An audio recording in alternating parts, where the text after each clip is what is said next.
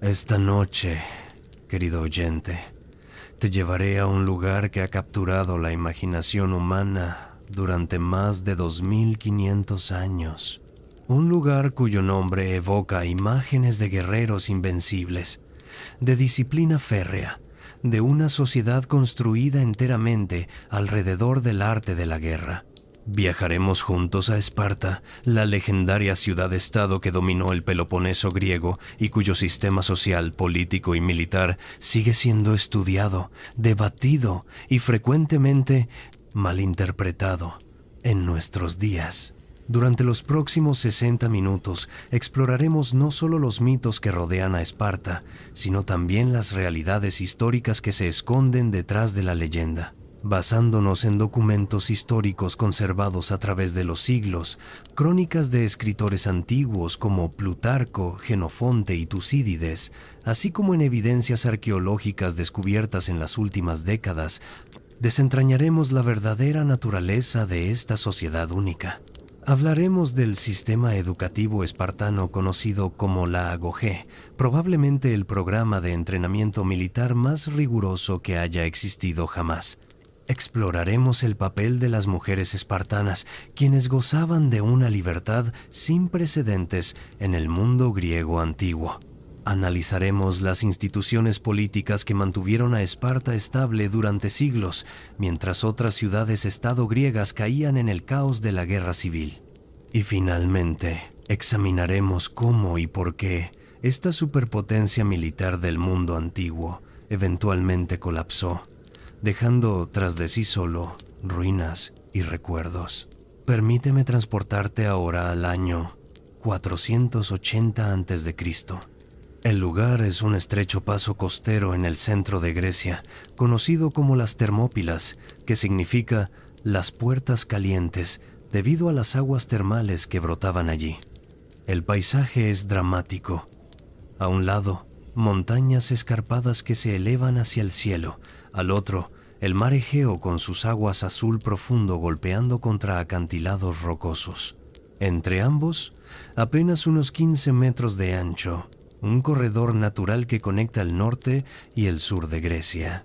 El aire está cargado de tensión. Desde el norte, como una marea humana imparable, avanza el ejército más grande que el mundo mediterráneo ha visto jamás.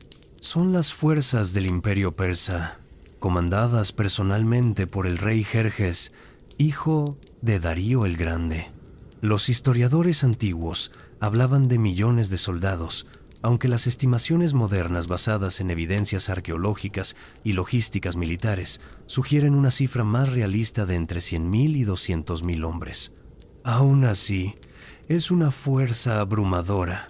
Frente a este océano de enemigos, en el angosto paso de las Termópilas, aguardan apenas 7.000 griegos. En el centro de la formación, ocupando el lugar de mayor honor y peligro, se encuentran 300 hombres vestidos con túnicas rojas, el color de Esparta, el color que no mostraría la sangre derramada en combate. Cada uno de ellos es un ciudadano pleno de Esparta, un espartiata, producto de décadas de entrenamiento brutal. Cada uno tiene al menos un hijo vivo, asegurando que su linaje continuará incluso si él cae en batalla.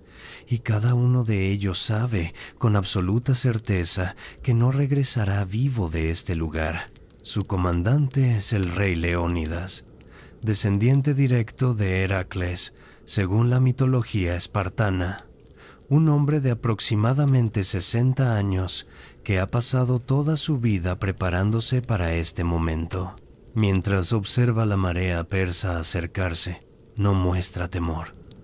Ha consultado el oráculo de Delfos y la profecía fue clara. O Esparta caería, o moriría un rey descendiente de Heracles. Leónidas ha elegido su destino. Esta escena, este momento de valentía absoluta frente a probabilidades imposibles, se ha convertido en el símbolo definitivo de Esparta. Pero esta noche, descubriremos que la verdadera historia de Esparta es mucho más compleja, más fascinante y, en muchos aspectos, más oscura que la leyenda que ha llegado hasta nosotros. comencemos nuestro viaje. Para comprender verdaderamente qué fue Esparta, debemos primero transportarnos a los orígenes mismos de la civilización griega, a un período envuelto en mitos, leyendas y escasos registros históricos confiables. Alrededor del año 1200 a.C., el mundo del Mediterráneo oriental experimentó lo que los historiadores modernos llaman el colapso de la Edad del Bronce. Grandes civilizaciones como los hititas, los micénicos y muchas ciudades-estado del cercano Oriente colapsaron en un período relativamente breve. Las causas de este colapso aún se debaten. Invasiones, cambios climáticos, terremotos, rebeliones internas o una combinación de todos estos factores. En Grecia, este colapso marcó el final de la civilización micénica, aquella que había construido los magníficos palacios de Micenas, Tirinto y Pilos, y que posiblemente fue la base histórica de las leyendas que más tarde Homero narraría en la Ilíada y la Odisea. Durante los siguientes 3 o 4 siglos, Grecia entró en lo que llamamos la Edad Oscura, un período del cual tenemos muy pocos registros escritos, cuando la escritura misma parece haber sido olvidada temporalmente. Fue durante esta Edad Oscura, probablemente alrededor del año 1100 a.C., cuando ocurrió un evento que los griegos posteriores llamarían el retorno de los Heráclidas o la invasión doria. Según las tradiciones recogidas siglos después, tribus de habla griega provenientes del norte, conocidas como los dorios, se expandieron hacia el sur de Grecia, conquistando gran parte del Peloponeso. Los dorios que se establecieron en el valle del río Eurotas, en la región conocida como Laconia, en el sureste del Peloponeso, eventualmente fundarían Esparta.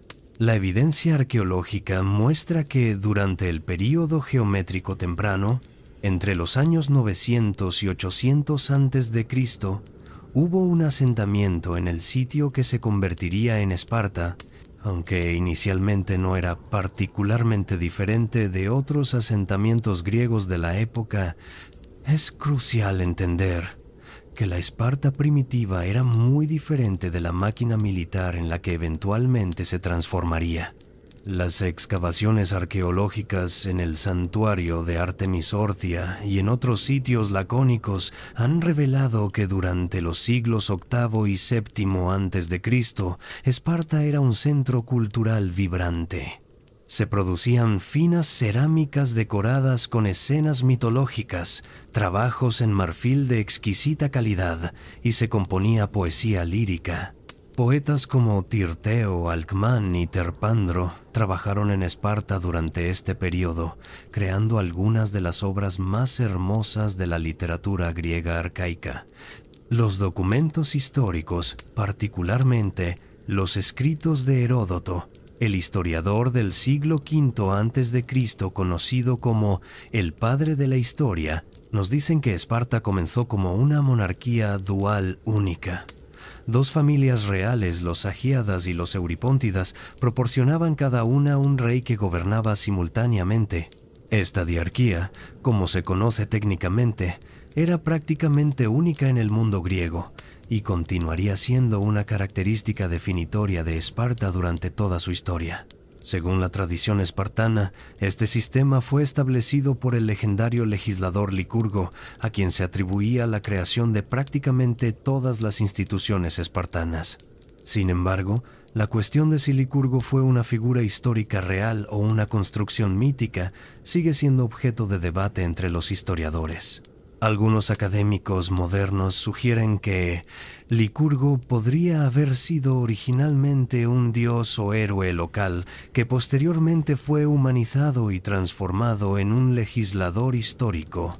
Lo que sí sabemos, basándonos en evidencias arqueológicas y referencias en textos posteriores, es que durante el siglo VIII a.C., Esparta comenzó su expansión territorial.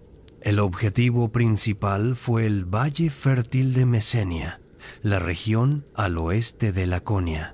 Esta tierra rica en recursos agrícolas era sumamente atractiva para los espartanos, cuya propia región, aunque hermosa, era menos fértil. La primera guerra mesenia, que según las fuentes antiguas ocurrió aproximadamente entre los años 740 y 720 a.C., resultó en la conquista espartana de Mesenia. Pero la verdadera transformación de Esparta ocurrió durante la Segunda Guerra Mesenia, que estalló cuando los mesenios se rebelaron contra el dominio espartano alrededor del año 660 a.C. Esta rebelión fue un evento traumático para Esparta. Los mesenios, bajo líderes legendarios como Aristómenes, infligieron numerosas derrotas a los espartanos y mantuvieron una guerra de guerrillas durante décadas. Según el poeta espartano Tirteo, quien vivió durante este conflicto y cuyos fragmentos de poesía han sobrevivido hasta nuestros días, Esparta llegó al borde de la destrucción total. Fue en respuesta a esta crisis existencial que Esparta comenzó su transformación en un estado militar total.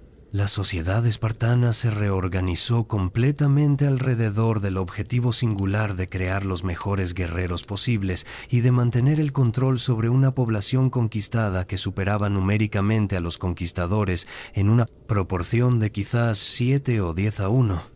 Para el año 600 a.C., la transformación estaba completa. Esparta se había convertido en algo que el mundo antiguo nunca había visto antes y raramente volvería a ver. Una sociedad donde todo, desde el nacimiento hasta la muerte, estaba subordinado a las necesidades militares del Estado. Había nacido la Esparta de la leyenda. Para comprender verdaderamente a Esparta, debemos entender su estructura social única, un sistema de casta rígido que dividía a la población en categorías claramente definidas, cada una con roles, derechos y obligaciones específicos. En la cúspide de la pirámide social espartana se encontraban los espartiatas, los ciudadanos plenos de Esparta.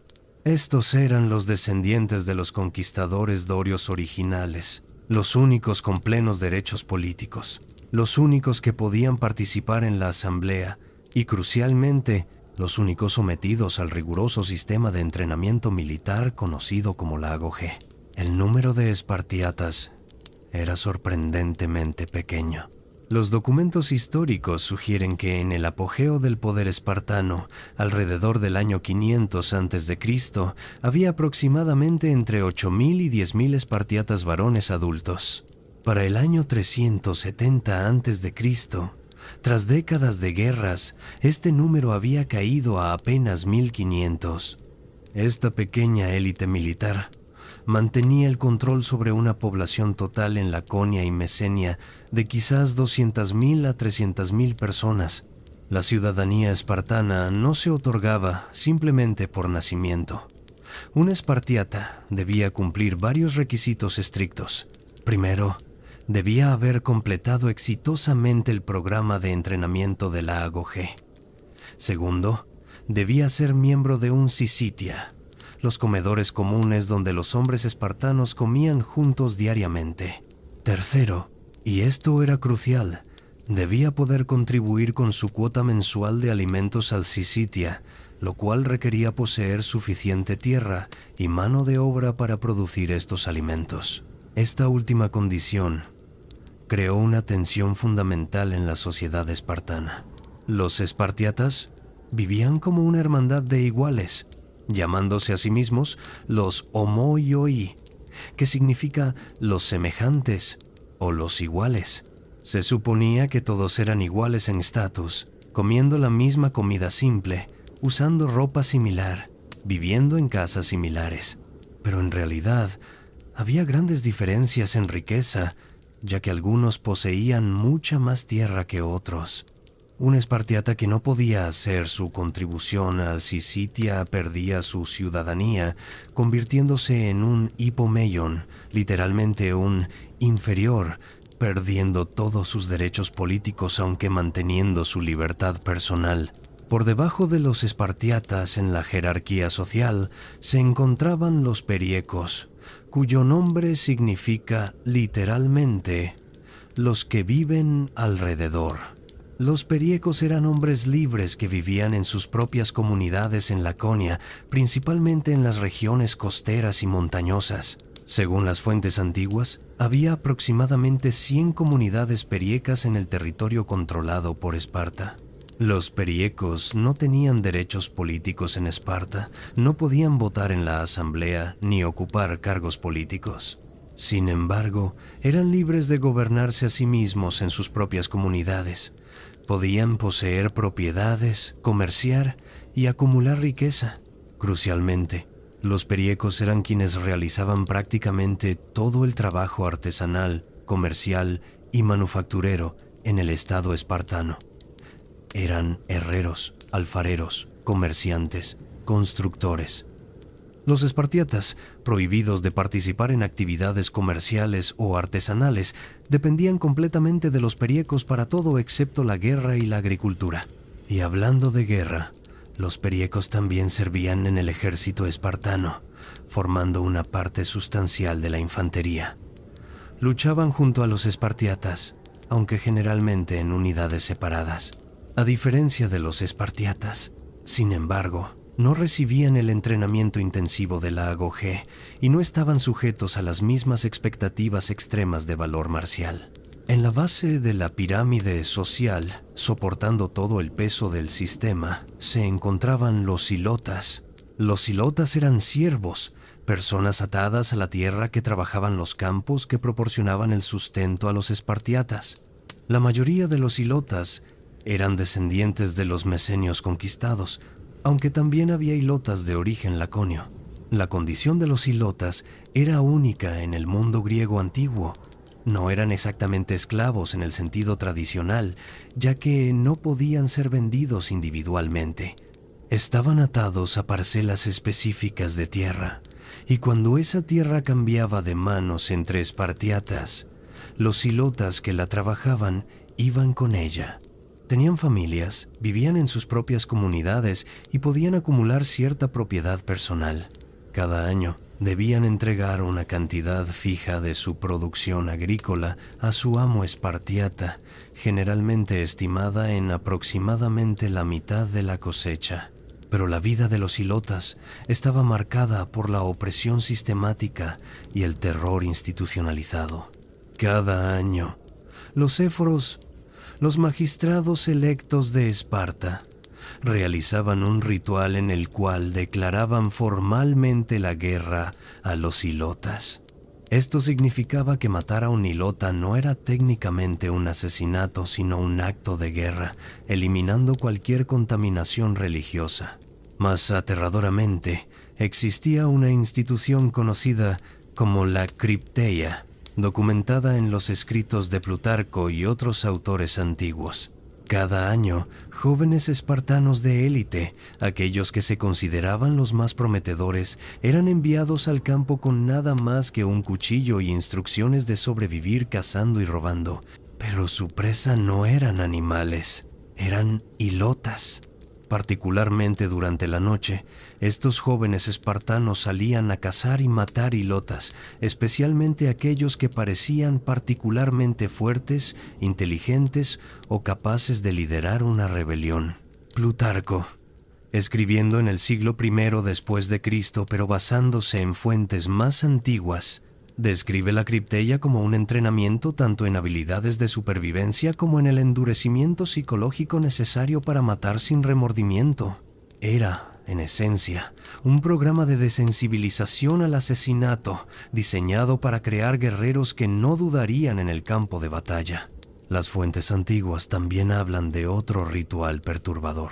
Periódicamente, los hilotas eran forzados a emborracharse y luego llevados ante los jóvenes espartanos para que éstos pudieran ver cómo se veía la embriaguez y aprender a despreciar tal falta de control. Los hilotas también eran forzados a cantar canciones obscenas y a realizar danzas degradantes, todo diseñado para reforzar su inferioridad. Sin embargo, a pesar de esta opresión brutal, o quizás debido a ella, los hilotas nunca aceptaron pasivamente su condición. La historia de Esparta está marcada por constantes temores de rebeliones hilotas.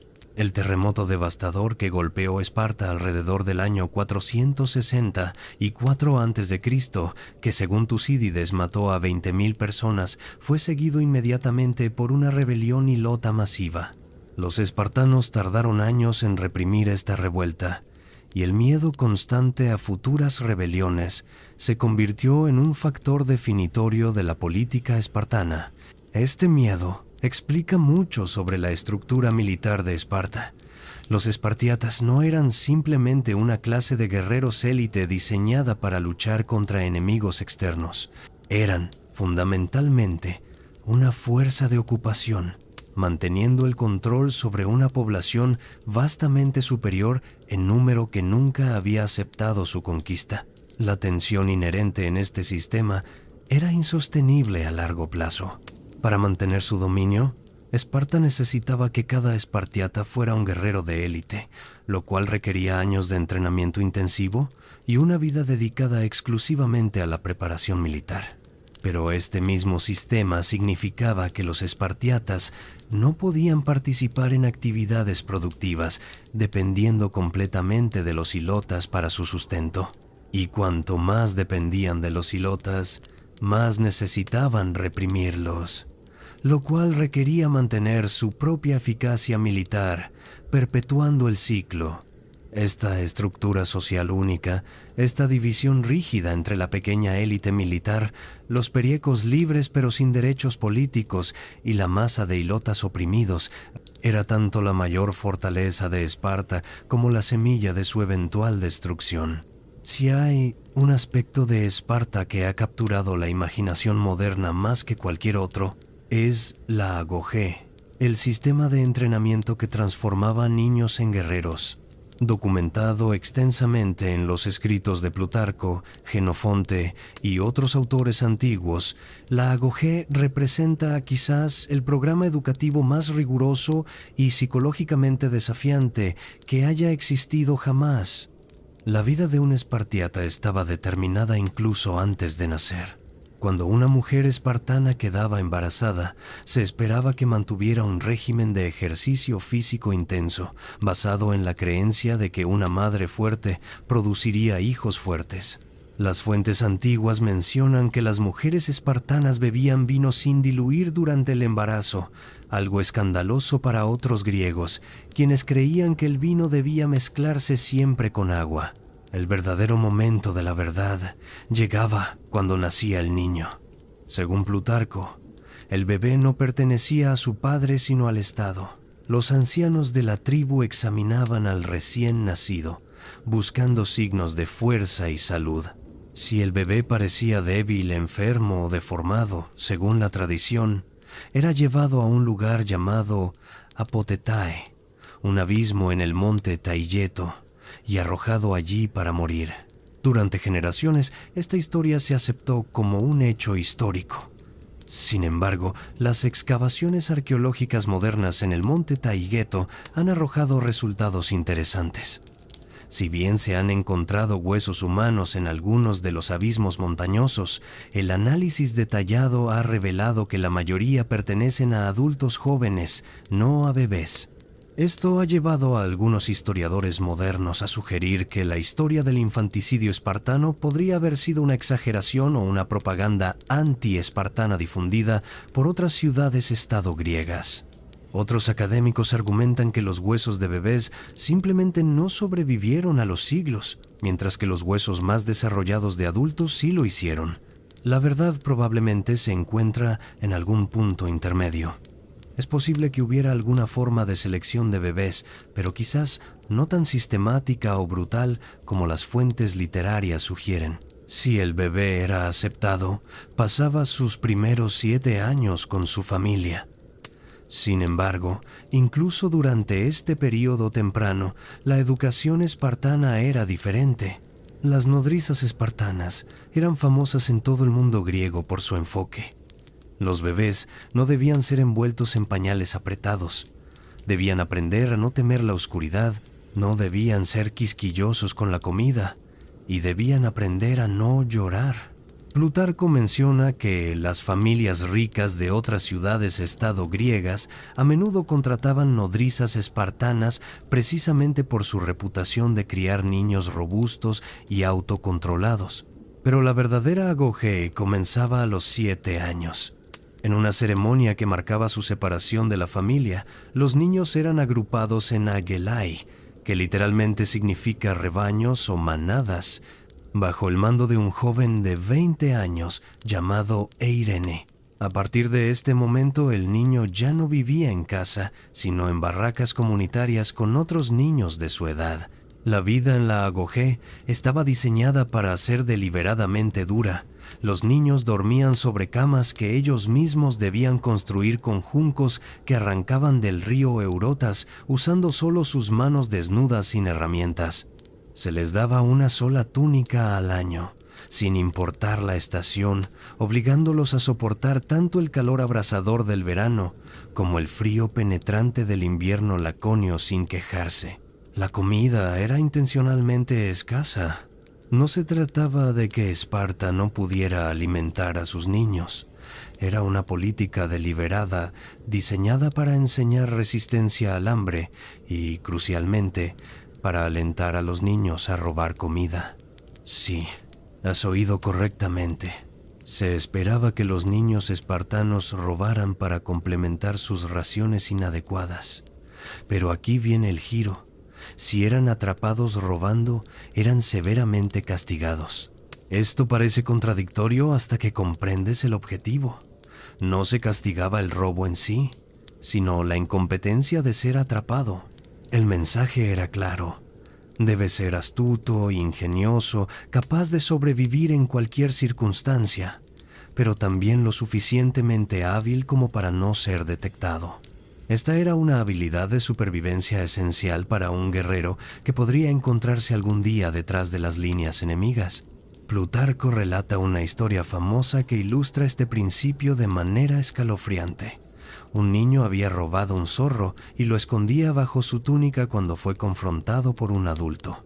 En lugar de confesar o dejar escapar al zorro, el niño permaneció completamente inmóvil mientras el animal le desgarraba el estómago con sus garras. El niño murió sin emitir un sonido, prefiriendo la muerte antes que admitir su captura. Si esta historia es verdadera o apócrifa es debatible, pero ilustra perfectamente el ideal espartano de autocontrol absoluto frente al dolor. La educación académica en la agogé era mínima comparada con otras ciudades-estado griegas. Los niños aprendían a leer y escribir, pero solo lo básico.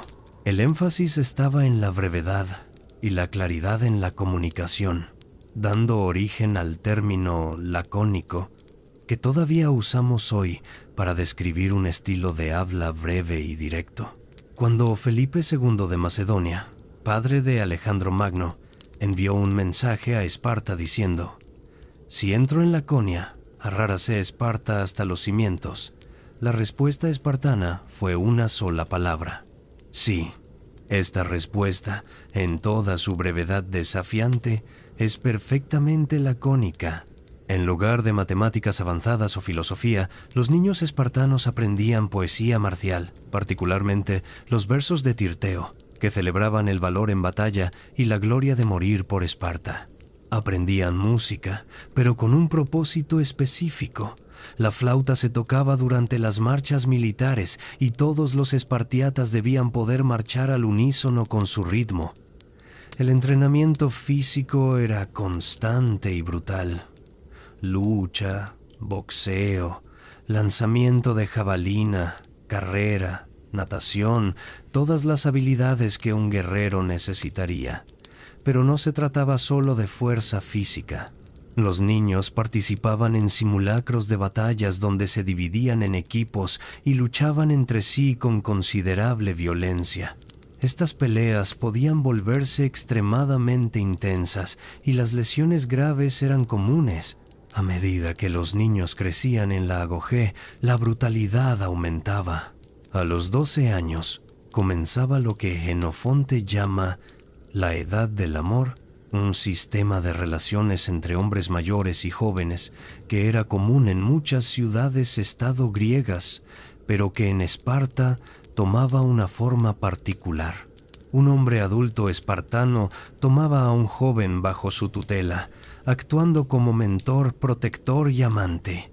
Esta relación tenía componentes educativos, emocionales y sexuales. Sin embargo, es importante entender esto en su contexto cultural.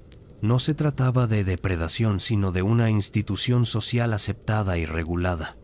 El hombre mayor era responsable del comportamiento del joven y podía ser castigado si su protegido mostraba cobardía o indisciplina.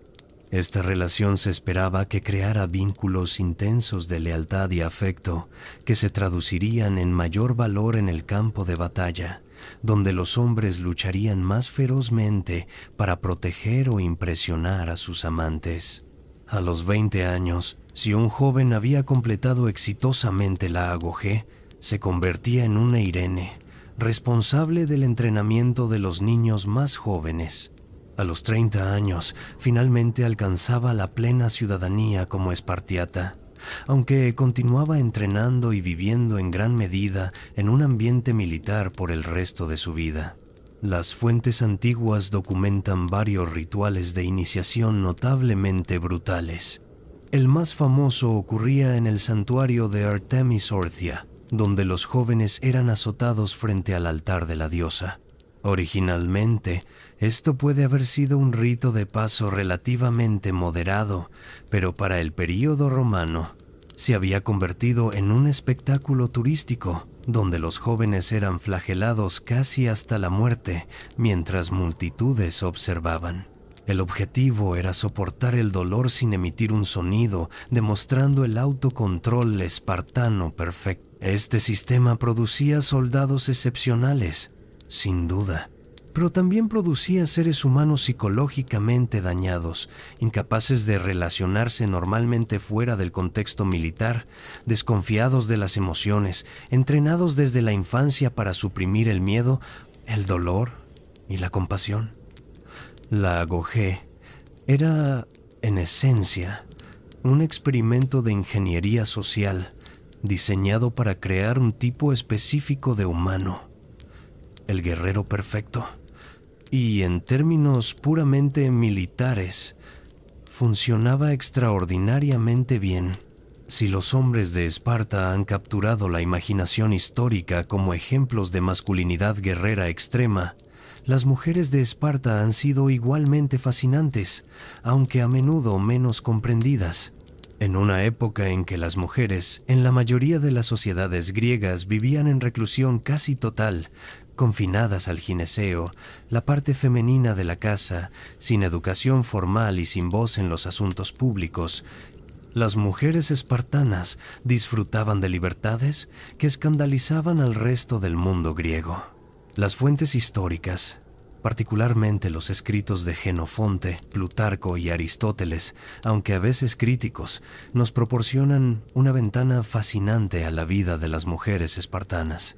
Y lo que revelan es un sistema de género único en el mundo antiguo, diseñado, como todo en Esparta, para servir al objetivo final de producir los mejores guerreros posibles. Comencemos con la educación física de las niñas espartanas, algo completamente sin precedentes en Grecia. Mientras las niñas atenienses y de otras ciudades-estado pasaban sus días aprendiendo a tejer y administrar una casa, las niñas espartanas participaban en un régimen de ejercicio físico riguroso. Corrían, luchaban, lanzaban jabalinas y discos, practicaban gimnasia, y lo hacían, según documentos de visitantes escandalizados de otras ciudades, usando túnicas cortas que dejaban sus muslos expuestos, o incluso completamente desnudas durante ciertos festivales religiosos. Plutarco relata que estas exhibiciones públicas de atletismo femenino tenían un propósito específico según la ley que él atribuye a Licurgo, para que el cuerpo de las doncellas se fortaleciera con ejercicios de carrera, lucha, lanzamiento de disco y jabalina, de modo que los frutos concebidos en cuerpos robustos tuvieran un comienzo firme en madres robustas y que ellas mismas pudieran soportar el parto con vigor y luchar fácil y exitosamente contra los dolores del alumbramiento. En otras palabras, las mujeres espartanas fuertes producirían bebés espartanos fuertes. La eugenesia, el control deliberado de la reproducción para mejorar la población, era una política estatal explícita en Esparta siglos antes de que el término fuera acuñado.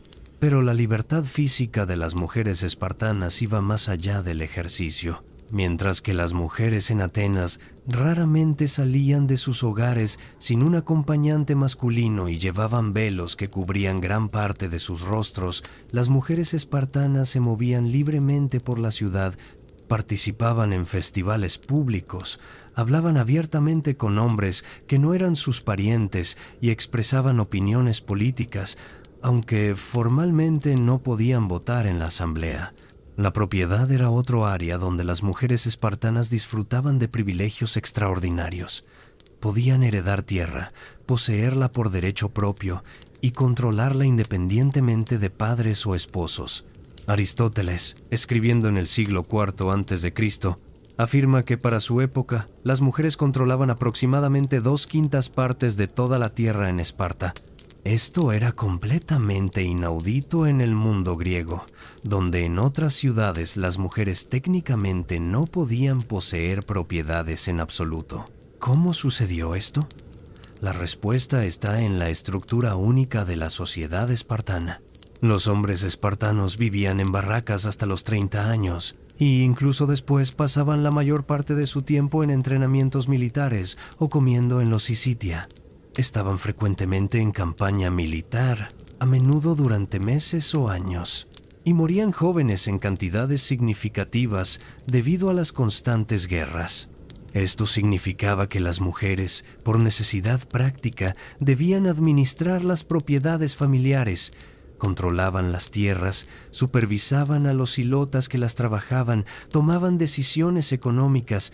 Con el tiempo, a medida que hermanos, esposos e hijos morían en batalla, las mujeres heredaban cada vez más propiedad, consolidando riqueza y poder económico en manos femeninas. El matrimonio en Esparta era igualmente único. La edad típica de matrimonio para una mujer espartana era de 18 a 20 años, considerablemente mayor que en otras ciudades griegas, donde las niñas a menudo se casaban a los 14 o 15 años.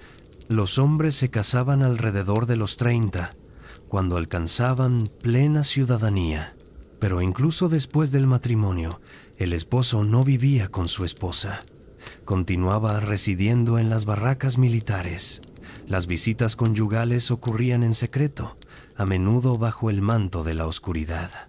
Plutarco describe cómo los hombres jóvenes tenían que escabullirse de las barracas para visitar a sus esposas, casi como si estuvieran cometiendo un acto ilícito, y luego regresar antes del amanecer.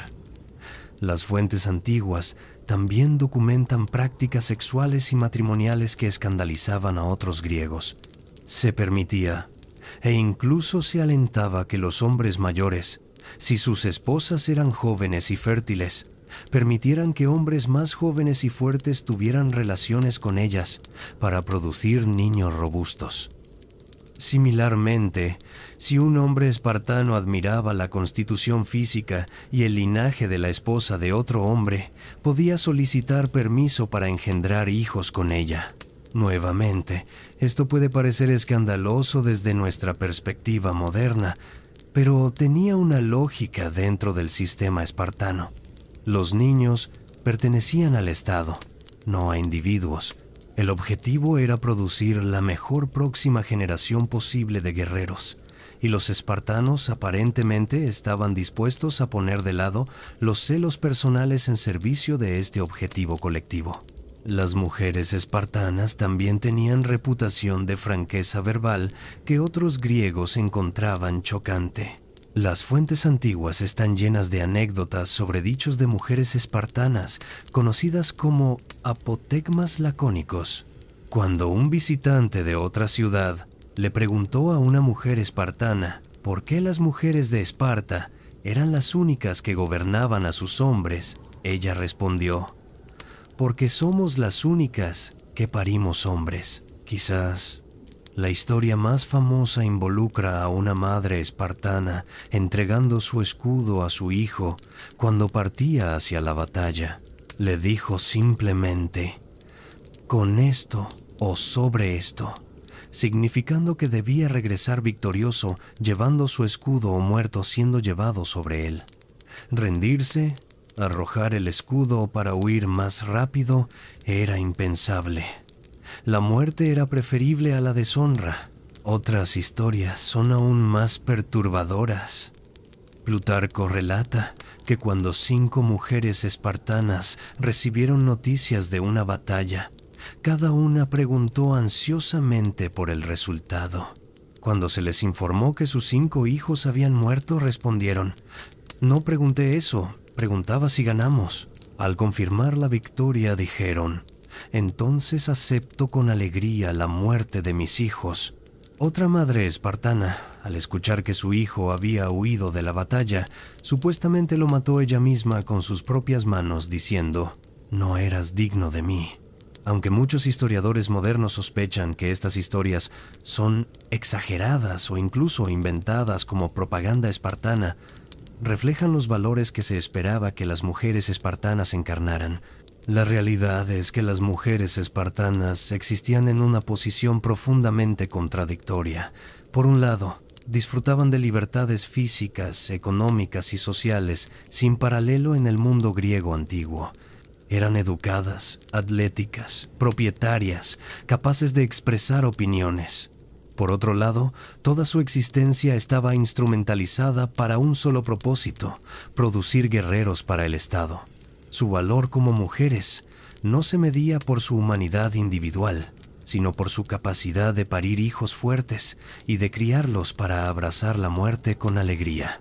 Se esperaba que enviaran a sus hijos, esposos y hermanos a la guerra no solo sin lágrimas, sino con orgullo feroz. Cualquier manifestación de dolor o duelo por los muertos en batalla era vista como debilidad imperdonable.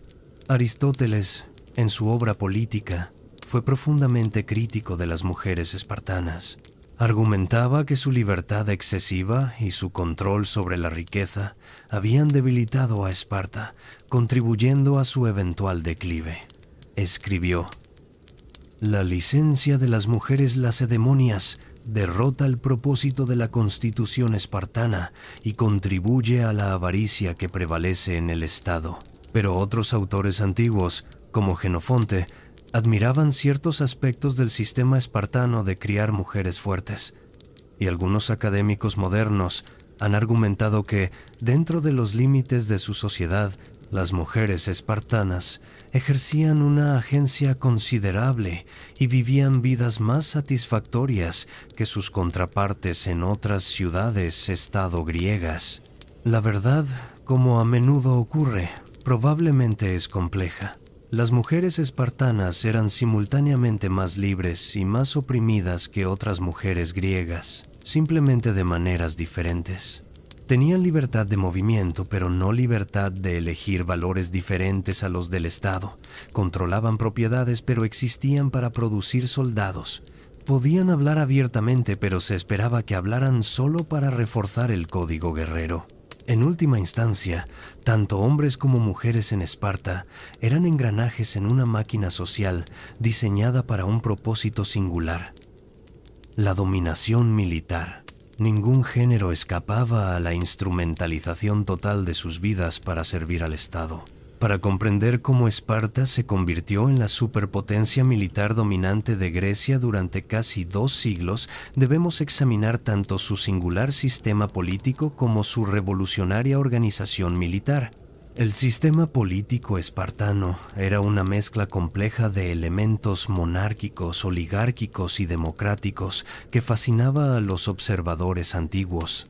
Platón y Aristóteles dedicaron extensas secciones de sus obras a analizarlo, y muchos griegos lo consideraban un modelo de constitución mixta que balanceaba diferentes formas de gobierno.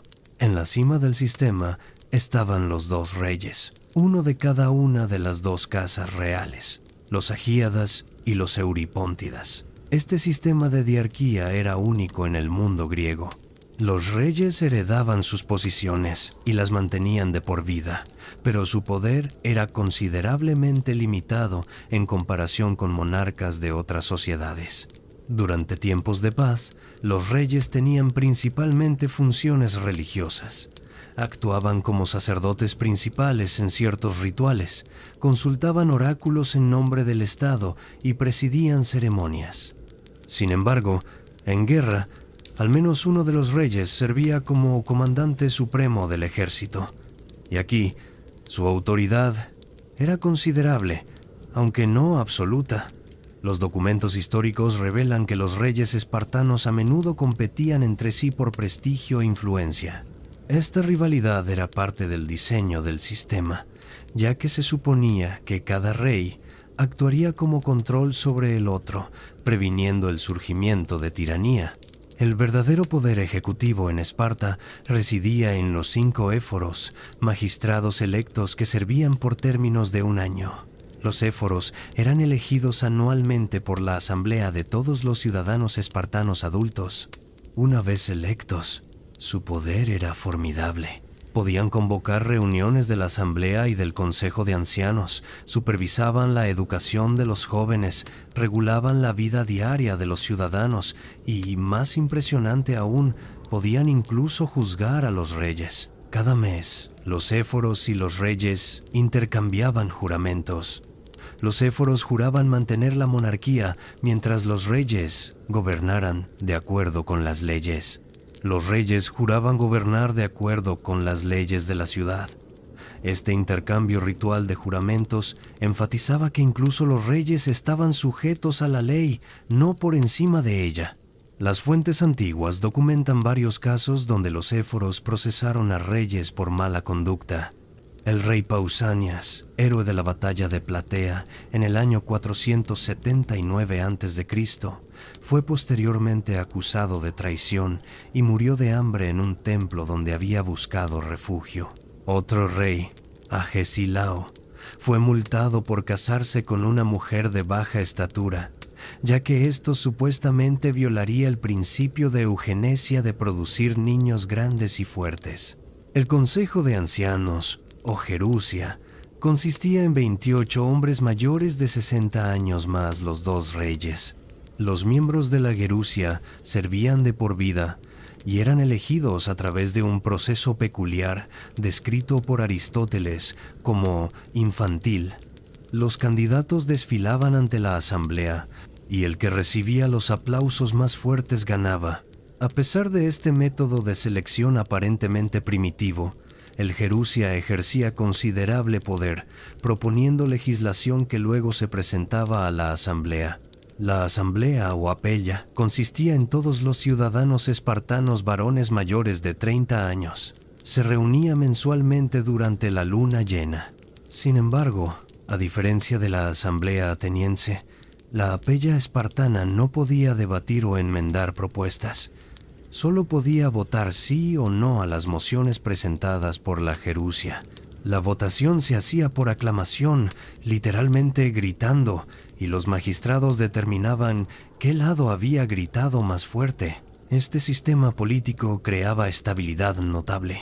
Mientras otras ciudades-estado griegas eran plagadas por revoluciones, golpes y cambios violentos de gobierno, Esparta mantuvo esencialmente la misma constitución durante más de 500 años.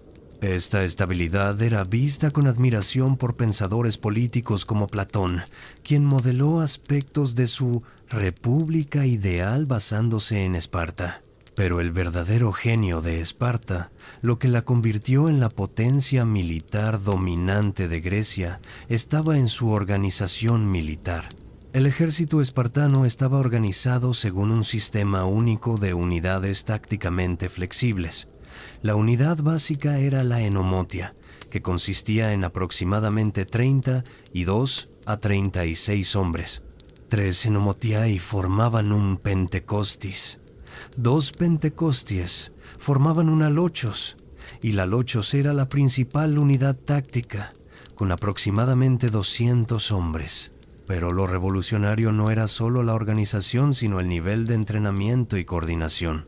Otros ejércitos griegos consistían en ciudadanos soldados que se reunían cuando era necesario, con entrenamiento mínimo y poca coordinación más allá de pararse en formación de falange y empujar. Los espartanos, en contraste, entrenaban constantemente, practicando maniobras complejas hasta que podían ejecutarlas perfectamente incluso en el caos de la batalla. Jenofonte, quien sirvió como mercenario y conocía muchos ejércitos, escribió admirado sobre la capacidad del ejército espartano para cambiar formaciones, dividirse y reagruparse, responder a comandos de corneta instantáneamente. Describió cómo el ejército espartano en marcha se movía como una entidad única, cada hombre perfectamente en paso con la música de las flautas que tocaban durante las marchas. La falange espartana era la formación de infantería más temida del mundo griego. Una falange era una formación de infantería pesada, donde los hombres se paraban hombro con hombro en filas apretadas, generalmente de 8 hombres de profundidad. Cada hombre llevaba un escudo grande y redondo llamado hoplon en su brazo izquierdo, protegiendo no solo su propio lado izquierdo, sino también el lado derecho del hombre a su izquierda. En su mano derecha llevaba una lanza larga, el dori, de aproximadamente 2,5 metros. Todos los ejércitos griegos usaban la falange, pero los espartanos la perfeccionaron. Su disciplina era tal que podían mantener la formación incluso sobre terreno irregular, algo que otros ejércitos encontraban casi imposible. Podían cambiar la dirección de marcha al unísono. Podían abrir huecos en sus filas para permitir que tropas aliadas se retiraran a través de ellas, luego cerrar las brechas inmediatamente. Los documentos históricos, particularmente las narrativas de batallas de Tucídides y Jenofonte, revelan que los espartanos marchaban a la batalla no corriendo y gritando como otros griegos, sino caminando en formación perfecta, al sonido de las flautas, cantando himnos de guerra. Esta aproximación, calculada y controlada a la violencia, era psicológicamente aterradora para los enemigos. El equipo del soldado espartano, el hoplita, era estándar para los griegos de la época, pero mantenido a los más altos estándares. El casco corintio de bronce cubría toda la cabeza excepto los ojos y la boca. La coraza, originalmente de bronce pero más tarde a menudo hecha de capas de lino endurecido, protegía el torso. Grebas de bronce protegían las espinillas. El escudo, aproximadamente 1 metro de diámetro, era de madera cubierta de bronce, con un diseño de lambda, la letra griega L, simbolizando la Sedemon, el nombre antiguo de Esparta. Pero el elemento más icónico del equipo espartano era la capa roja. Las fuentes antiguas explican que el color rojo servía a 2 propósitos prácticos. Ocultaba la sangre de heridas, previniendo que los enemigos vieran cuando un espartano estaba herido, y ocultaba la suciedad durante largas campañas, manteniendo una apariencia intimidante. El entrenamiento táctico incluía no solo combate en formación, sino también ejercicios específicos para diferentes escenarios de batalla. Los espartanos practicaban cómo responder si su flanco era atacado, cómo reagruparse después de ser dispersados, cómo perseguir a un enemigo en retirada sin romper formación, cómo retirarse en orden si era necesario. Las fuentes también documentan la importancia de la música en el sistema militar espartano. Los flautistas acompañaban al ejército y diferentes melodías señalaban diferentes maniobras. Los soldados cantaban poemas de Tirteo que exaltaban el honor de morir en batalla. Un fragmento que ha sobrevivido dice: «Es hermoso cuando un hombre valiente cae y muere luchando en primera línea por su patria. Jóvenes, luchen hombro con hombro y no inicien la vergonzosa huida o el miedo». Pero quizás lo más importante era el etos psicológico que la Agogé había inculcado. Los espartanos no solo estaban entrenados para luchar, estaban psicológicamente condicionados para preferir la muerte a la deshonra. la rendición era literalmente impensable. La retirada sin órdenes era cobardía castigada con la desgracia social total. Un espartano que sobrevivía a una batalla donde sus camaradas habían muerto era sospechoso de cobardía. Debía probar que había luchado valientemente y solo había sobrevivido por circunstancias más allá de su control. Si se determinaba que había mostrado cobardía, se convertía en un tresante, un tembloroso.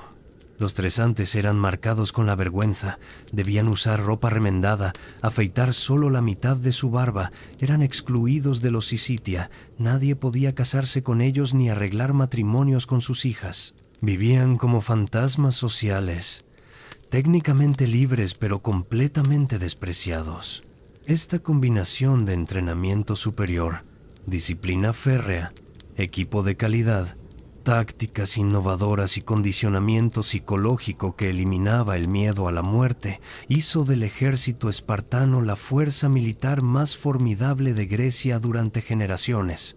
Entre aproximadamente el año 550 y el 370 a.C., los espartanos fueron prácticamente invencibles en batalla terrestre contra otros ejércitos griegos.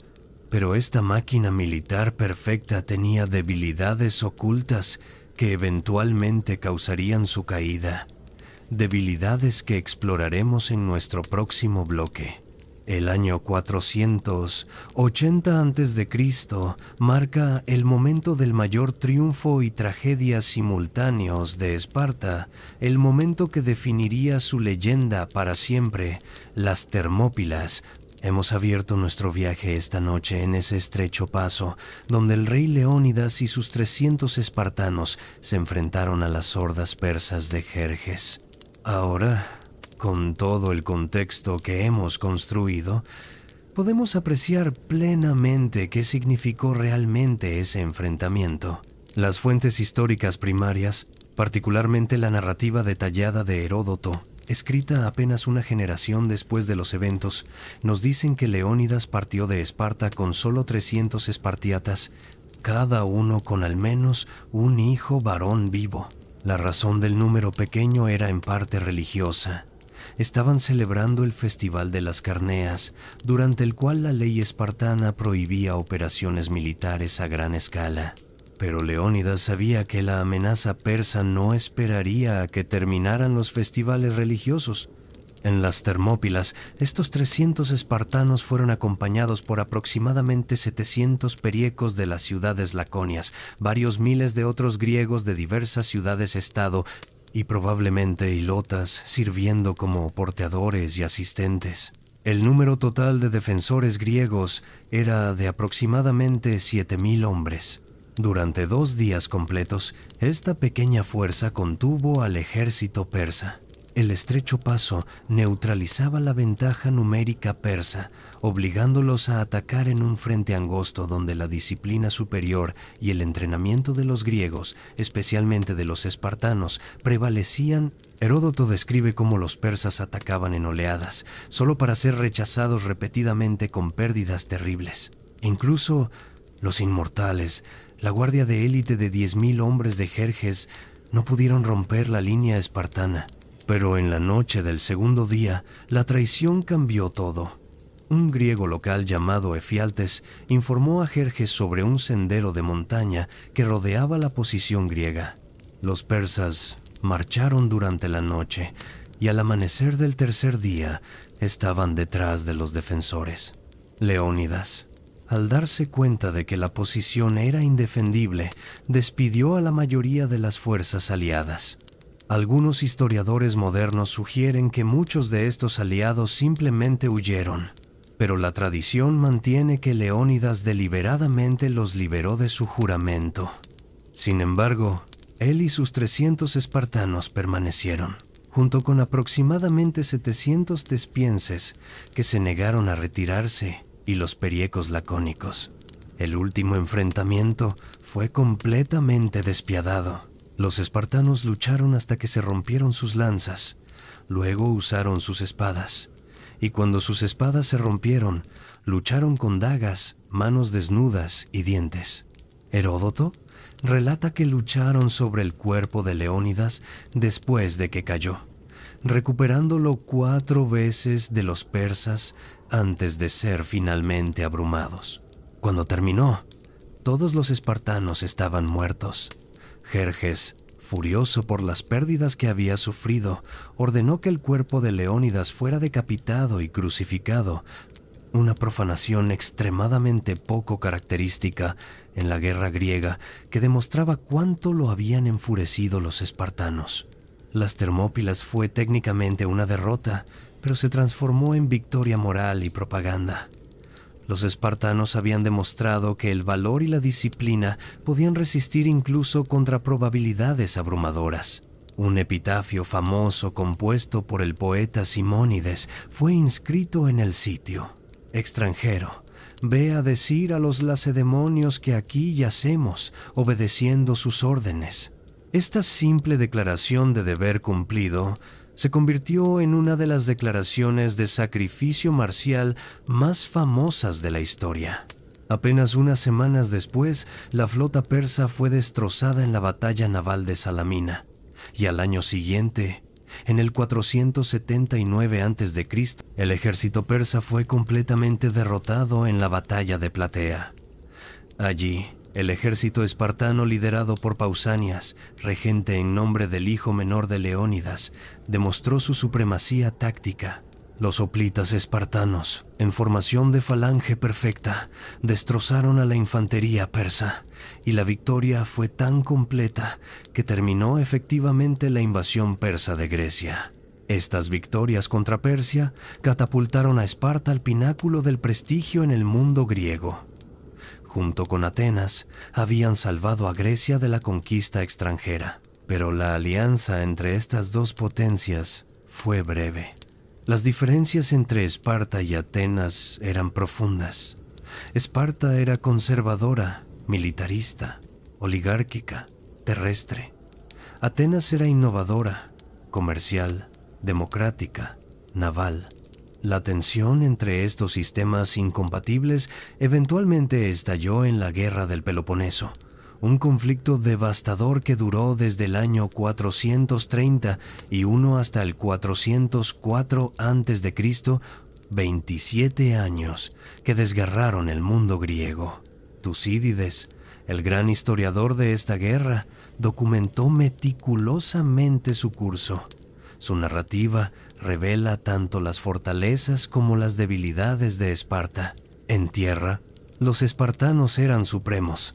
Cada vez que el ejército espartano marchaba, las ciudades enemigas se aterrorizaban. Pero Esparta enfrentaba desafíos significativos.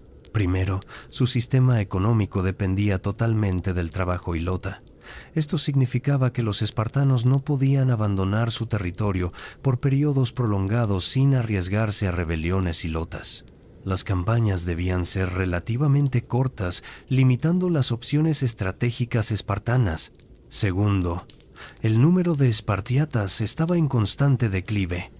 Cada batalla, cada campaña, reducía el ya pequeño grupo de ciudadanos plenos.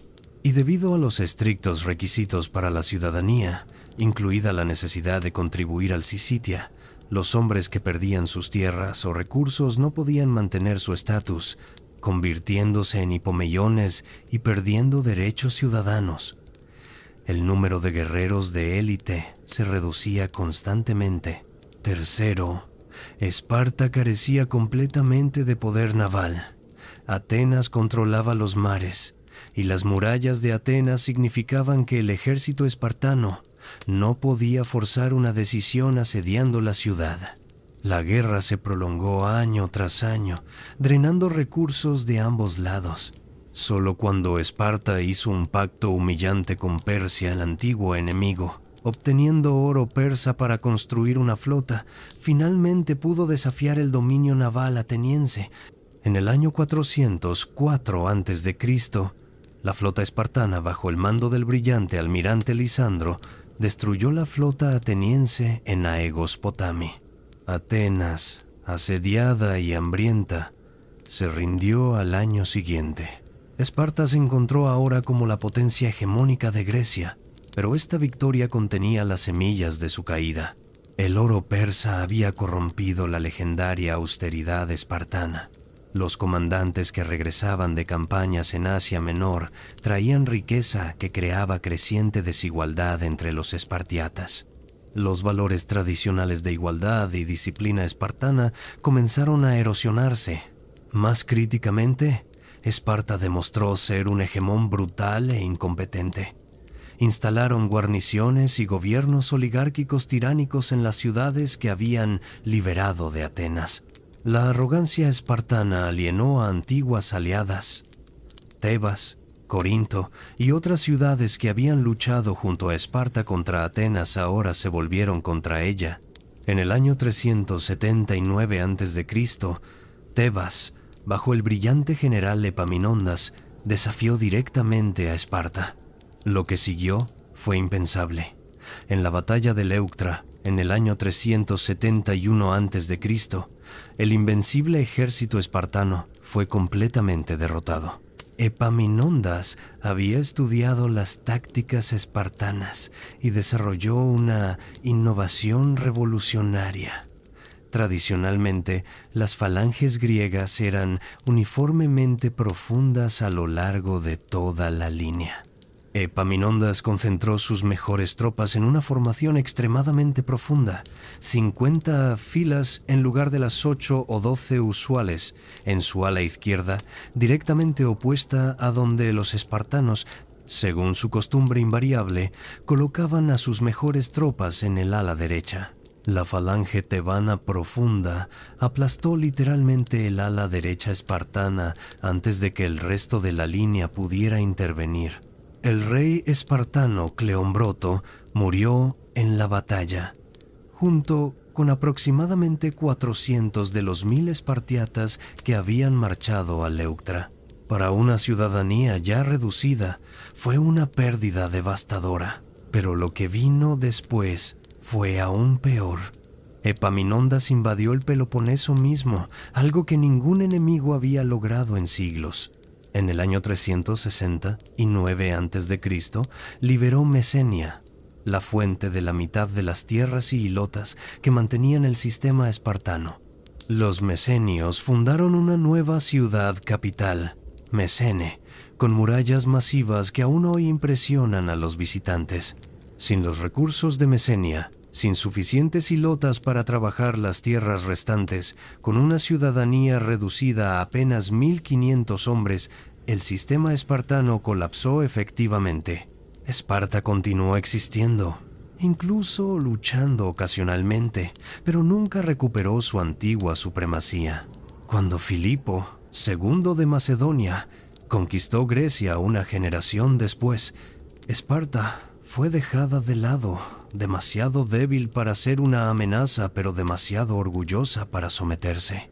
La respuesta espartana al mensaje de Filipo, esa única palabra, sí, que mencionamos anteriormente, fue un destello final del antiguo orgullo espartano, pero era orgullo vacío. La Esparta que había aterrorizado a Grecia durante siglos, la Esparta de Leónidas y las Termópilas, había desaparecido. Durante el período helenístico, Esparta intentó varias reformas para restaurar su antigua gloria. Reyes reformadores como Agis IV y Cleómenes III intentaron redistribuir tierras, expandir la ciudadanía y revivir la antigua disciplina, pero estos esfuerzos fueron frustrados por la élite espartana que se había enriquecido y no estaba dispuesta a renunciar a sus privilegios. Para cuando Roma conquistó Grecia en el siglo II a.C., Esparta se había convertido en poco más que un museo viviente de su antigua gloria, una atracción turística donde los visitantes romanos venían a observar los rituales arcaicos y a ver a los jóvenes azotados en el santuario de Artemis Orthia, un espectáculo que había perdido completamente su significado original. La caída de Esparta como potencia militar no significó el fin de su influencia en la historia humana. De hecho, en cierto sentido, la Esparta muerta se volvió más poderosa que la Esparta viva jamás había sido. A través de los siglos, el mito de Esparta ha sido invocado, reinventado y manipulado por innumerables movimientos políticos, pensadores y sociedades, cada uno proyectando sus propios valores e ideologías sobre las ruinas de esta antigua ciudad-estado. Comencemos con cómo los propios griegos antiguos vieron a Esparta después de su caída. Para filósofos como Platón y Aristóteles, Esparta representaba un fascinante experimento social. Platón, profundamente crítico de la democracia, ateniense después de que condenó a muerte a su maestro Sócrates, admiraba ciertos aspectos del sistema espartano. En su obra La República, su ciudad ideal incorpora elementos espartanos, una clase de guardianes entrenados desde la infancia, comidas comunitarias, la subordinación del individuo al bien colectivo. Sin embargo, Aristóteles era más crítico. En su Política, aunque reconocía la estabilidad del sistema espartano, identificaba sus fallas fundamentales: la libertad excesiva de las mujeres que conducía al control femenino de la riqueza, la distribución desigual de la tierra que empobrecía a muchos ciudadanos y la educación demasiado enfocada en lo militar a expensas de otras virtudes. Para Aristóteles, Esparta había creado excelentes soldados pero humanos incompletos. Plutarco, escribiendo en el siglo I después de Cristo durante el Imperio Romano, dedicó extensas biografías a varios líderes espartanos y una obra completa a las supuestas leyes de Licurgo. Plutarco escribía en una época cuando la vieja Esparta había desaparecido hacía siglos, pero su obra se convirtió en la fuente principal de información sobre Esparta para generaciones futuras. Es crucial entender que Plutarco no era un historiador objetivo en el sentido moderno. Escribía biografías moralizantes, diseñadas para enseñar lecciones sobre virtud y vicio. Su Esparta es en parte histórica, en parte idealizada, una construcción que mezclaba hechos con filosofía moral. Durante el Imperio Romano, algunos autores romanos miraban a Esparta con nostalgia, viéndola como un ejemplo de las virtudes marciales que creían que Roma estaba perdiendo. El poeta Horacio escribió admirando la austera Esparta, contrastándola con lo que percibía como la decadencia y el lujo crecientes de Roma. Pero fue durante el Renacimiento europeo cuando el mito de Esparta realmente comenzó a transformarse y expandirse. Los humanistas redescubrieron los textos clásicos y las historias de Esparta capturaron su imaginación. En las ciudades-estado italianas como Florencia y Venecia, pensadores políticos estudiaban el sistema espartano buscando lecciones sobre cómo crear gobiernos estables y ciudadanos virtuosos. Nicolás Maquiavelo, en su obra Discursos sobre la primera década de Tito Livio, elogiaba a Esparta como un ejemplo de república bien ordenada que había mantenido su libertad durante siglos debido a sus excelentes leyes. Maquiavelo admiraba particularmente cómo el sistema espartano había equilibrado elementos monárquicos, aristocráticos y democráticos para crear estabilidad. Durante la Ilustración del siglo XVIII, Esparta se convirtió en un símbolo contradictorio. Para algunos pensadores, representaba todo lo que estaba mal con el militarismo autoritario. Voltaire criticaba a Esparta como un cuartel militar brutal, carente de las artes, las ciencias y las libertades que él valoraba. Comparaba desfavorablemente a Esparta con Atenas, viendo a esta última como la cuna de la filosofía, el teatro, la democracia y todo lo que hacía que la civilización valiera la pena. Pero para otros, especialmente Jean-Jacques Rousseau, Esparta representaba un ideal de virtud cívica y servicio al bien común. Rousseau, crítico de la civilización moderna que veía como corrupta y decadente, admiraba lo que percibía como la simplicidad y la igualdad espartanas. En su Discurso sobre las ciencias y las artes, contrasta la virtuosa Esparta que rechazaba el lujo y la sofisticación con la sofisticada pero corrupta Atenas.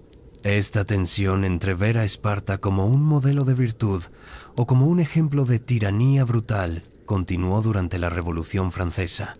Los revolucionarios franceses invocaban constantemente a Esparta como inspiración. El radical Louis-Antoine de Saint-Just declaró: «Esparta brilla como un relámpago en las tinieblas inmensas».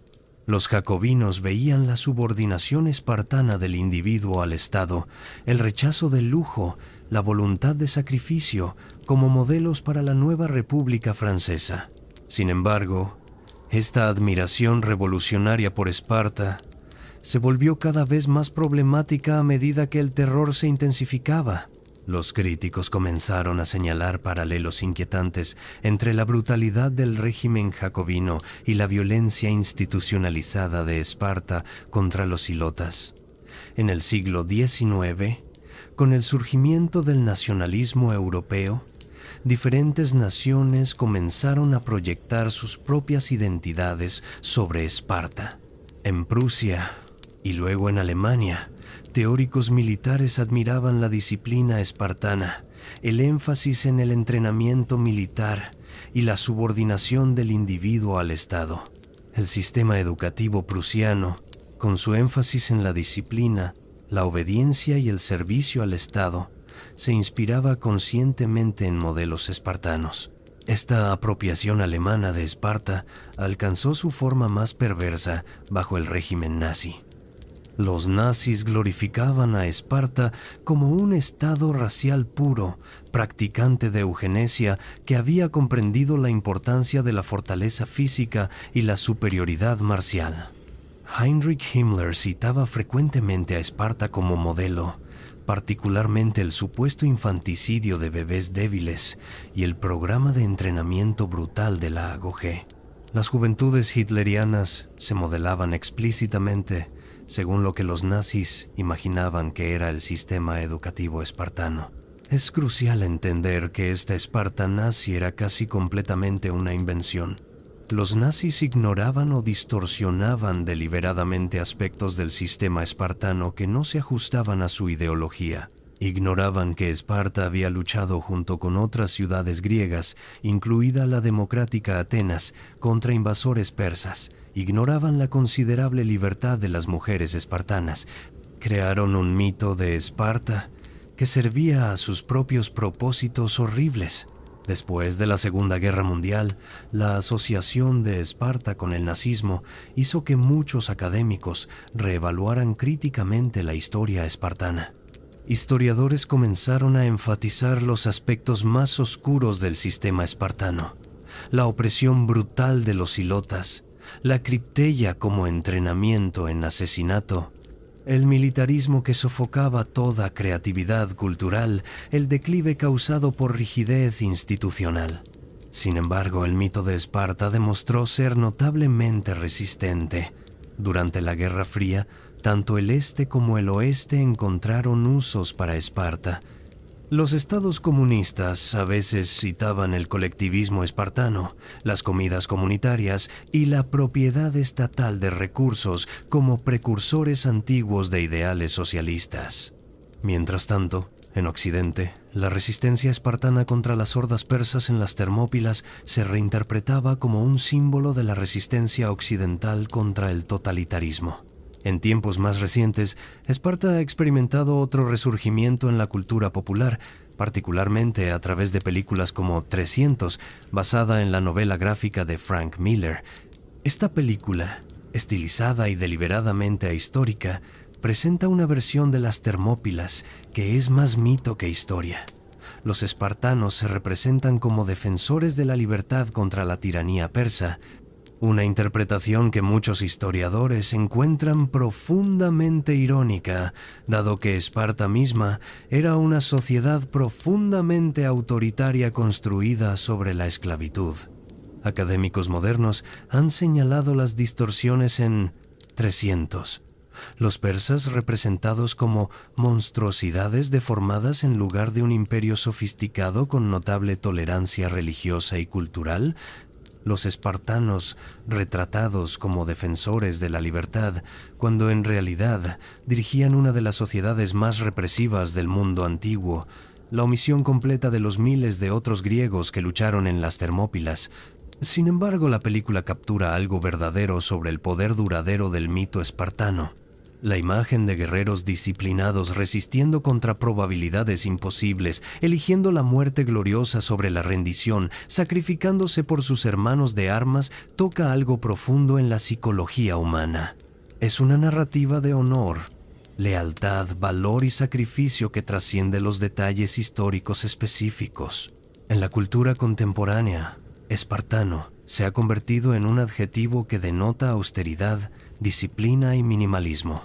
Hablamos de condiciones espartanas para describir alojamientos simples y sin lujos. Programas de entrenamiento físico extremo se comercializan como carreras espartanas. El término ha entrado completamente en nuestro vocabulario cultural, completamente separado de sus orígenes históricos. Los académicos modernos continúan debatiendo prácticamente cada aspecto de la historia espartana. ¿Existió realmente Licurgo? ¿Cuán brutal era realmente la Agogé? ¿Cuán comunes eran las ejecuciones de hilotas durante la Cripteia? ¿Cuánta libertad real tenían las mujeres espartanas? ¿Fue la homosexualidad institucionalizada o las fuentes antiguas exageraron este aspecto? Lo que está claro es que separar el mito histórico de la realidad arqueológica y documental es extraordinariamente difícil. Casi todo lo que sabemos sobre Esparta proviene de no espartanos, a menudo escribiendo siglos después de los eventos que describen. Los propios espartanos dejaron notablemente pocos registros escritos. No hay un solo documento escrito por un espartiata que haya sobrevivido intacto desde el período clásico. Todo viene filtrado a través de las percepciones, prejuicios y agendas de extraños. Las excavaciones arqueológicas continúan proporcionando nueva información. El sitio de la antigua Esparta, nunca completamente abandonado, pero tampoco completamente excavado, aún guarda secretos. A diferencia de Atenas o Roma, Esparta no dejó monumentos arquitectónicos impresionantes. Tucídides predijo esto, escribiendo que si Esparta fuera abandonada y solo quedaran sus templos y fundaciones, la posteridad dudaría que su poder hubiera igualado su fama, mientras que Atenas parecería 2 veces más poderosa de lo que realmente era debido a sus magníficos edificios. Investigaciones recientes han utilizado nuevas tecnologías para reexaminar evidencias antiguas. Análisis de isótopos de huesos encontrados en tumbas lacónicas han proporcionado información sobre dietas y orígenes geográficos. Estudios de patrones de asentamiento han revelado más sobre cómo Esparta controlaba su territorio. Relecturas críticas de fuentes antiguas, aplicando metodologías de análisis literario moderno, han cuestionado suposiciones largamente sostenidas. Una tendencia importante en la erudición moderna ha sido reconocer la diversidad y el cambio a lo largo del tiempo en la sociedad espartana. La Esparta del año 700 a.C., vibrante culturalmente y produciendo bellas cerámicas y poesía, era muy diferente de la Esparta militarizada del año 500 a.C. La Esparta que derrotó a Atenas en el año 404 a.C. era diferente de la Esparta empobrecida y reducida del año 300 a.C. Y la Esparta turística del período romano era algo completamente diferente. Hablar de Esparta como una entidad monolítica sin cambios durante siglos es fundamentalmente engañoso. Sin embargo, esto es precisamente lo que el mito de Esparta hace. El mito congela a Esparta en un momento ideal. Los guerreros perfectos, eternamente disciplinados, eternamente iguales, eternamente victoriosos. La realidad fue mucho más compleja, contradictoria y finalmente trágica. Quizás la lección más importante que podemos extraer de la historia real de Esparta versus el mito de Esparta es sobre cómo las sociedades cuentan historias sobre sí mismas y sobre otros. Cada generación ha reinventado a Esparta para satisfacer sus propias necesidades, proyectando sobre esta antigua ciudad-estado sus propios valores, miedos y aspiraciones. Para los revolucionarios franceses, Esparta era virtud cívica. Para los prusianos, era disciplina militar. Para los nazis, era pureza racial. Para los cineastas modernos, es espectáculo visual de valor masculino. Cada una de estas Espartas imaginadas nos dice más sobre los que las imaginan que sobre la realidad histórica de esta antigua sociedad. Y quizás eso está bien. Los mitos sirven propósitos diferentes a la historia. Los mitos nos dan arquetipos, modelos simplificados que encarnan valores o advierten contra vicios. La historia nos da complejidad, contradicción, humanidad. Ambos tienen su lugar, pero es crucial no confundirlos. Cuando admiramos el valor de Leónidas en las Termópilas, debemos recordar también los ilotas cazados por jóvenes espartanos en la Cripteia. Cuando celebramos la disciplina espartana, debemos recordar cómo esa disciplina sofocaba el pensamiento creativo, el debate filosófico, la expresión artística. Cuando hablamos de los 300, debemos recordar a los miles de otros griegos que lucharon y murieron en ese mismo paso, cuyas historias han sido borradas del mito popular. La verdadera Esparta fue un experimento social radical que logró cosas extraordinarias y cometió atrocidades horribles, a menudo simultáneamente. Fue un sistema que sacrificó prácticamente todo lo que hace que la vida humana sea rica y satisfactoria en el altar de la excelencia militar. Y, finalmente, fue un sistema que falló, colapsando bajo el peso de sus propias contradicciones. Sin embargo, el mito sobrevive, probablemente sobrevivirá tanto como la civilización humana misma, porque en ese mito hay algo profundamente humano. El deseo de creer que la disciplina puede vencer cualquier obstáculo, que la fuerza de voluntad puede triunfar sobre la muerte misma, que un pequeño grupo de guerreros dedicados puede resistir contra un imperio entero. En las Termópilas, por 3 días, ese mito fue realidad. Y quizás eso sea suficiente. Hemos viajado esta noche a través de más de 1000 años de historia espartana, desde los misteriosos orígenes dorios hasta el final patético como atracción turística romana.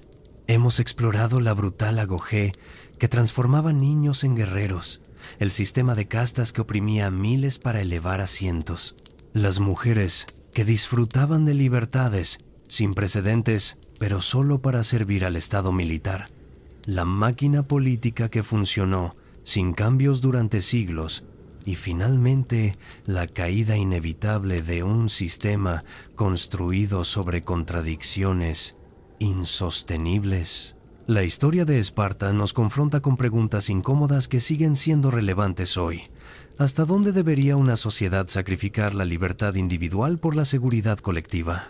¿Puede una cultura construida enteramente alrededor de la guerra crear una sociedad verdaderamente buena? ¿Qué perdemos cuando valoramos la disciplina por encima de la creatividad, el deber por encima de la felicidad, la supervivencia del grupo por encima de la plenitud individual? En nuestra época moderna, enfrentamos nuestras propias versiones de estos dilemas. Debates sobre seguridad versus libertad, servicio militar obligatorio, sistemas educativos que enfatizan conformidad versus creatividad, nacionalismo versus cosmopolitismo. Todos estos ecos de tensiones que Esparta experimentó en su forma más extrema. Pero quizás la lección más importante de Esparta no es sobre qué admirar, sino sobre qué evitar. Esparta nos muestra a dónde conduce el camino cuando una sociedad se define completamente por un solo objetivo, cuando instrumentaliza completamente a sus ciudadanos, cuando valora la fuerza por encima de la sabiduría, la tradición por encima de la adaptación. Los espartanos crearon guerreros magníficos, pero no crearon filósofos como Sócrates, Platón o Aristóteles. No crearon dramaturgos como Esquilo, Sófocles o Eurípides. No crearon historiadores como Heródoto o Tucídides. No crearon escultores como Fidias, arquitectos como Ictino o médicos como Hipócrates. Toda la contribución cultural duradera de Esparta a la civilización humana cabe en un párrafo. Su contribución militar, por impresionante que fuera, se desvaneció cuando el último espartiata cayó en batalla. Atenas, la rival de Esparta, también cayó.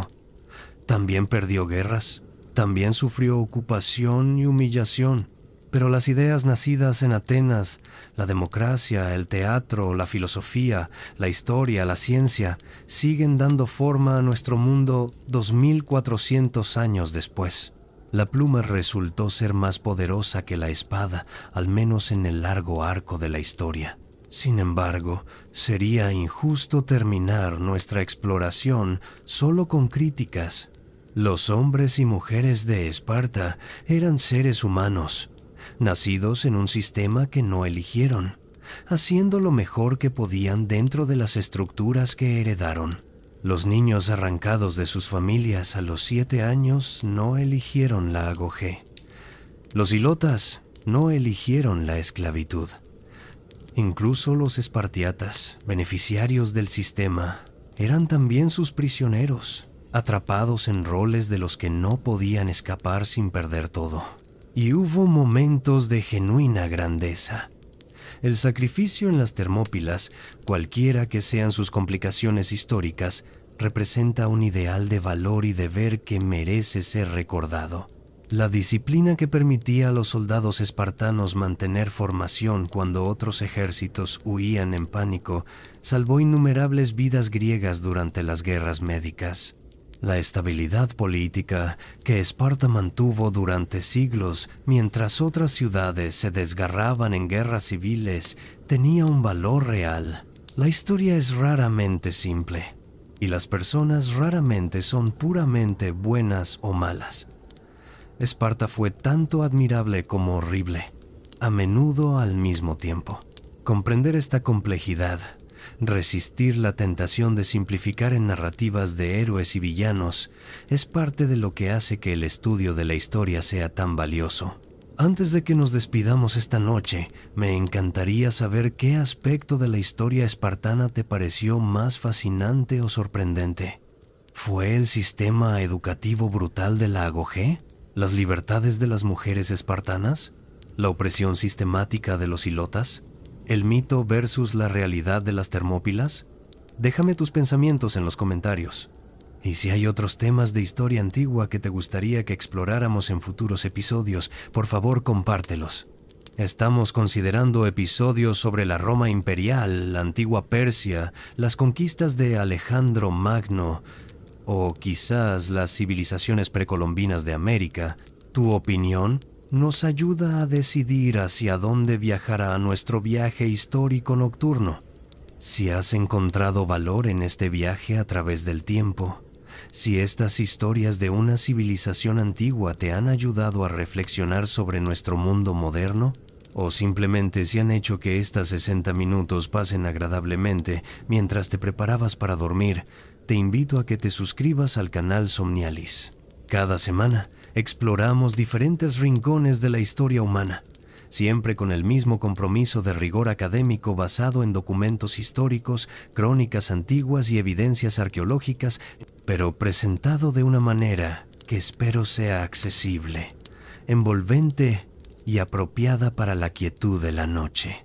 Presionar ese botón de suscripción no solo te asegura que no te pierdas futuros episodios, también nos ayuda a continuar produciendo este contenido, investigando profundamente, verificando hechos, asegurándonos de que lo que compartimos sea tan preciso como es posible dados los límites de nuestras fuentes.